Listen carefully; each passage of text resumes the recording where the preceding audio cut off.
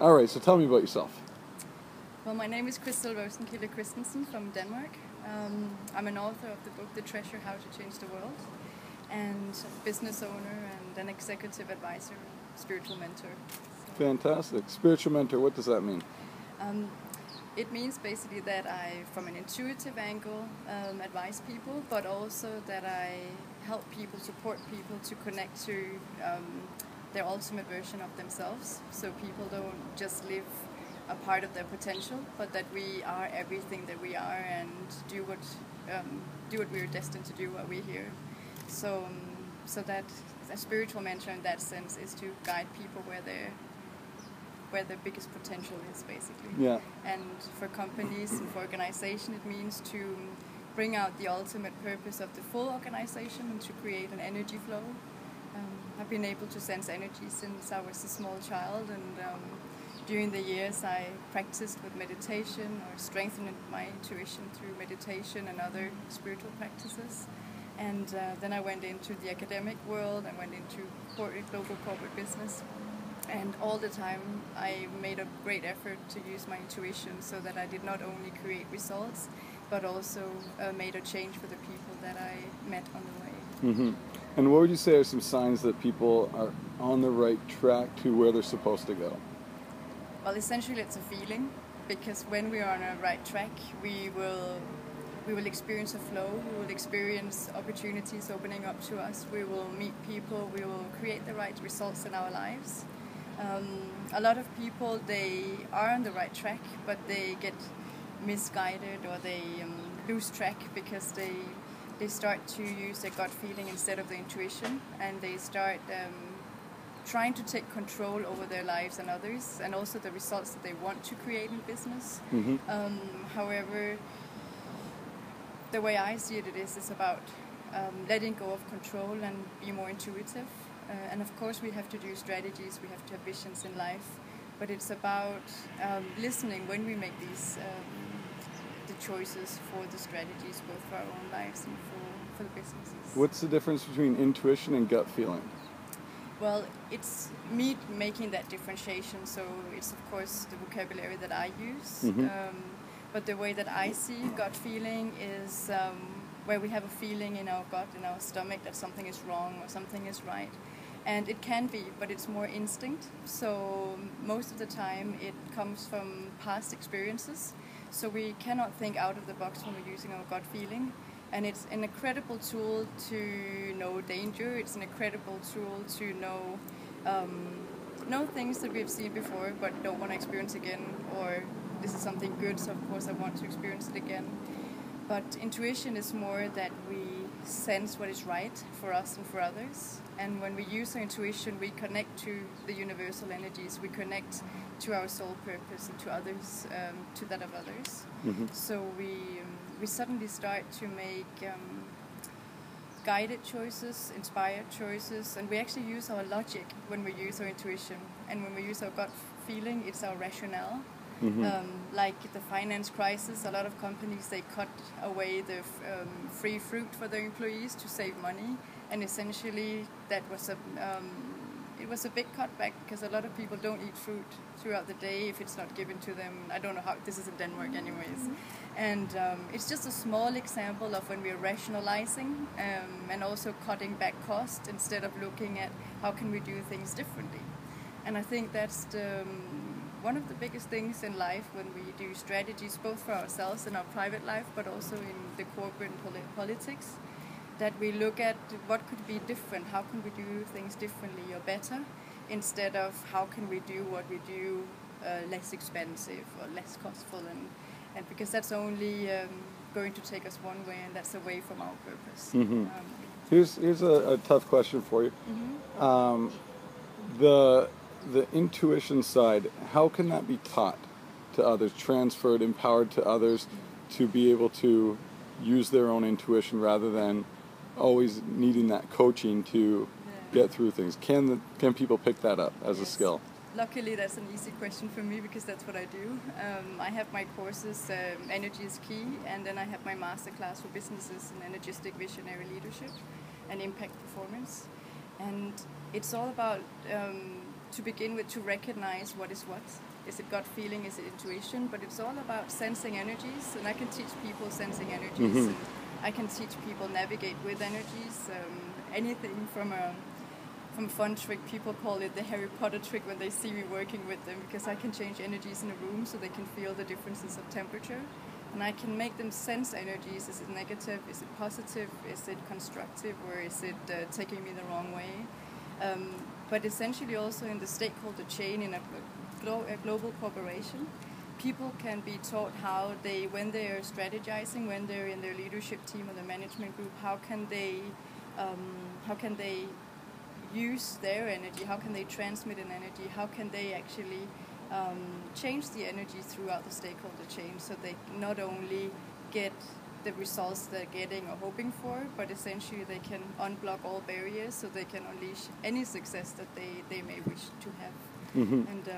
And you don't necessarily need to change the whole company or train all 10,000 people. You can essentially just take the managers.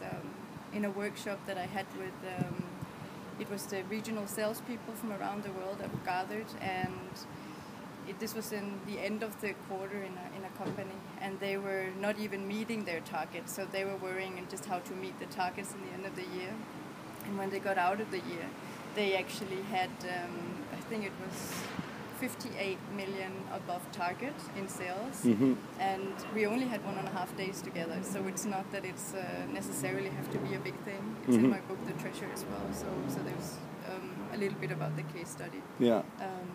I'm sure you get this. Anytime people are talking about energy, about spiritual things, it comes a question of the scientific nature. Yes. That a lot of people need that, need the proof, the verification, the logic, that's before they'll accept the practice as, on par. And I think that's essential, because that is the facts of what we're dealing with.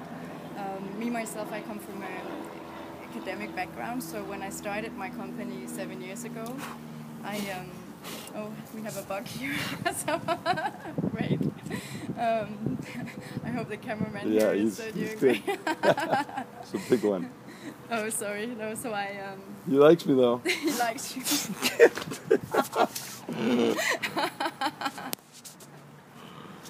All right, we're back in the game. Talking about science, even nature wants to tell us that it's only a small part of it. But anyways, I studied quantum physics to make sure that I knew the academics behind it, neuroscience. I even had the pleasure of meeting with some scientists from CERN, the Nuclear Institute in Switzerland, and met a lot of people that has done a lot of research.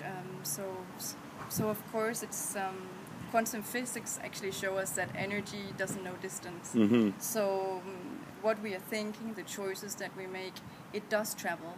When our electrons in our brain moves in a certain direction through our choice we are making, that will push atoms, and atoms will go and will be where they're directed, and that will create a cause and effect. So, and since energy doesn't know distance, that is the essential part to know for anyone in this world.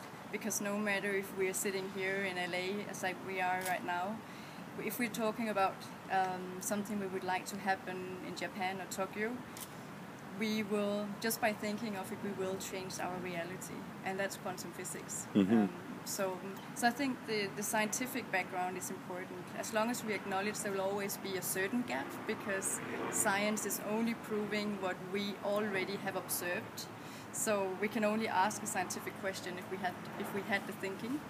So realizing that gap is also where I work a lot, because there are some things that are beyond our understandings, and luckily that has been my strong side since I was a little kid. And also I trained in Arthur Findlay College, the Paranormal Research Center in London, one of the best in the world, and I've trained there for 7 years, so I myself can be seen as one of the best in the world. So it is important that we acknowledge that part as well, because otherwise we'll never reach our optimum capacity as an individual, as a soul, and as a world, because we are all one, and we have to act that way.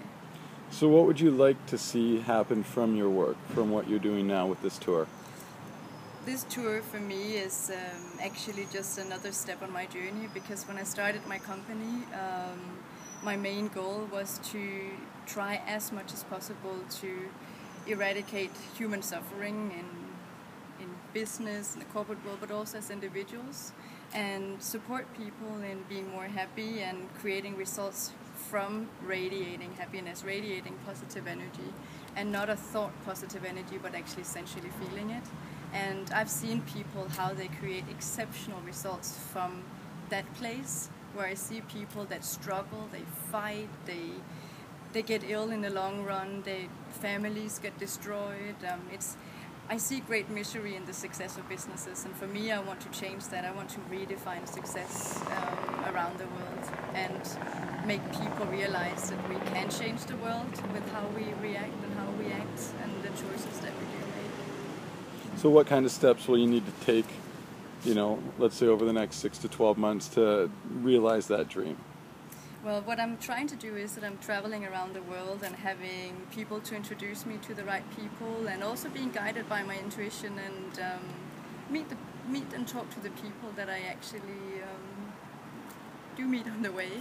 So it's and for me, it's not about meeting the traditional most important or influential people. For me, it's to meet people who actually wish to make a difference in the world, and the people I've met until now on the short part of my trip are all people that contribute and make a difference. So I'm hoping to meet everything from top politicians, top actors, to people in the street, people everywhere, and I hope that I can ignite or spark in each person that I meet, and they know that they can change the world, and what they do is making a difference, so that they do have that extra power and that extra empowerment to continue who they are and what they do, and do it much better, and radiating an energy that make a change. Mm-hmm. And for, to make the change that you want to see happen, you're going to need an army of people out there sharing the message, and Yes. and what could you see, kind of from an institutionalized standpoint, could be incorporated that everybody gets access to, what you do and what you're working on? Well, I'm trying as much as possible through the social media, so everybody can go on Facebook, they can go on Instagram, they can go on Twitter and LinkedIn, and they can meet me there. And I'm trying to make my tour visible and accessible, so that everyone can have a taste of it for free, so that no matter where they are in the world, they can follow it, like meeting you here and being honored to be interviewed by you. And I think it's that's how I'm trying to make it. I have my book, and I have a meditation CD as well on iTunes that people can download and be the best that they can be, and find peace in being who they are, so they can radiate the optimum of themselves. So that's my contribution. That is what I'm trying to do. But scientifically proven, you need 20,000 people that you would have met in real life to make a permanent change in the world. So I'm hoping that on my journey that people invite me in to do speeches, as I'm doing on Harvard Business School, for example, and many other places around the world. I'm hoping to meet enough people so that I reach at least that number before I finish my tour, because that would be my biggest dream, because I would really wish to do a positive change to this world, and I would love to do this small contribution to what the whole world needs to do, because we can do it together. I can't do it alone. Yeah. So that's why my book is called How to Change the World, and it's not the book that's going to do it, it is the people who not only reads it, but it's everybody. We are changing the world for the better just by having this conversation now. So what kind of legacy would you like to leave? Years and years down the road, you're an old lady, you look back on life, what's going to be the most important to you? Well, essentially, I think like everybody else, I would like to have a happy family and have left a positive mark on those people that I love. But I hope that many people from around the world, they have had the same feeling, that I really care, and that I wish to contribute, and I wish to help people to do what they came here to do, and make the world a better place. Fantastic. I have no doubt that you'll do that. Thank you. Christel, it was very great. My pleasure to get to interview and hang out. Well, my pleasure.